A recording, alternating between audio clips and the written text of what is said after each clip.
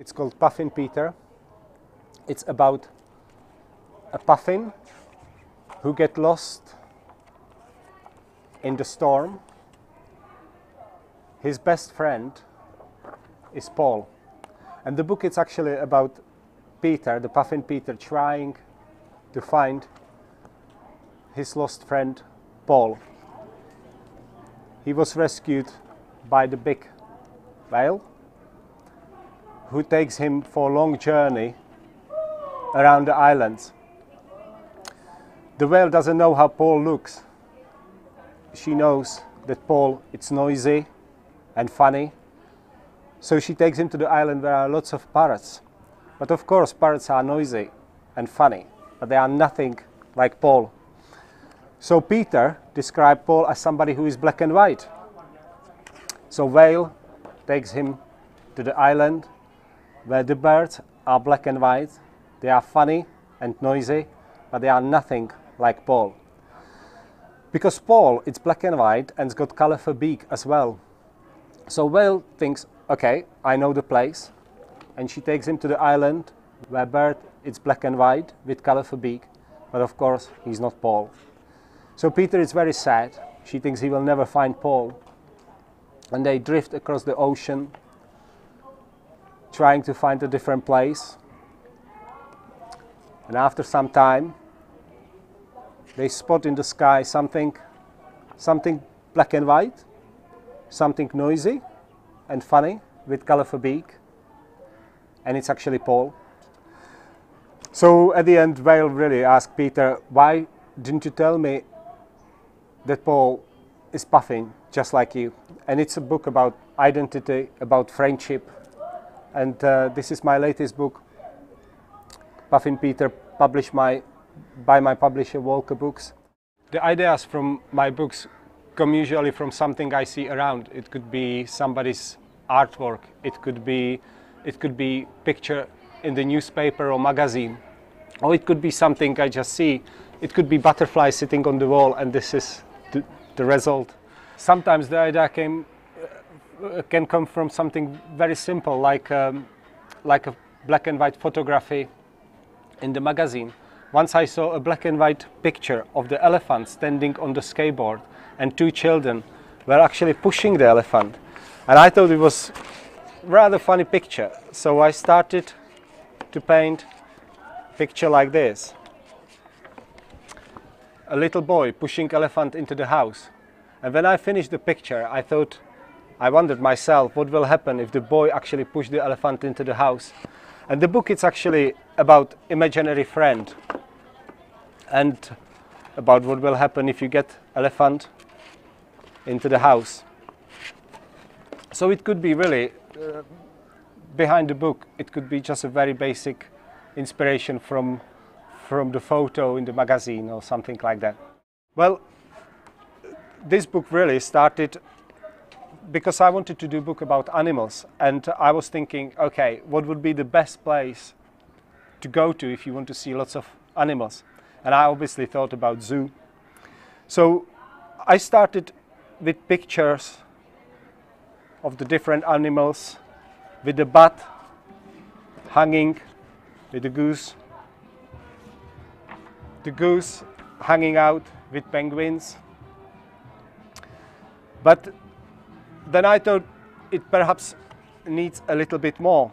So at the time when the goose meets the lion, I had to wake up the lion, and the story really pick up from here. I studied fine art, and I studied paintings, and so color and texture, it's very important to me. I use collage in my pictures a lot. So in this case I would probably draw the bird first using wax crayons and watercolors and acrylic paint.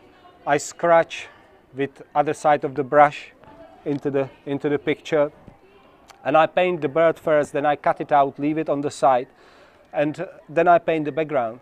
I use pastels again and wax crayons, in fact anything which inspires me, anything which is lying around.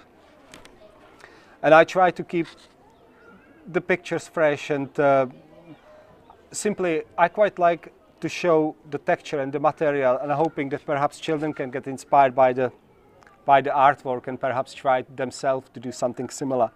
So yes, collaging the picture, putting it together at the end. I don't work on the computer. I quite like working with the accident which may happen in the process. So even though you know the bird will be on this background, it can happen that finally when you glue the bird on the background, it can twist a little bit, and it's something I quite like, working with the accident in the process as well. Sometimes I work on books for very little children, for babies really, just a simple board books.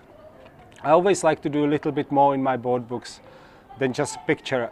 I want children to like the books as an object as well, so I try to design the pictures with holes and cutouts. And sometimes once I work on this book actually with my editor, and she liked the drawing of the goose, so she asked me if I can do a book about the goose. I like drawing geeses, so the result of it was Silly Susie Goose. It's a book about a goose who goes to the zoo to meet some other animals, and she tries to be perhaps just like them. And it all goes very well until the moment when she meets a lion. She honks, but the lion doesn't like it. So the goose has a chance to practice everything she learned through the book. She jumps, she skips, she slides, she flaps, she runs very fast, all the way back to the others, just to realize that actually it's not so bad to look like anybody else. I was born in Czechoslovakia, and I studied fine art. I studied Academy of Fine Art in Prague, and I became a painter. I used to paint abstract paintings, and the books for children, it's something I started to do quite late in my life. Well, I was about 30. It was at the time when my daughter was born, and really what inspired me to do books for children was my daughter. I thought perhaps it's time to do a book about colors, so my first book was about colors. In fact, colors are quite important in my books. I do books, for example, this one, it's about colors. And sometimes in my books I like to do holes and cutouts like this. And yeah, colors are a big part of my book, and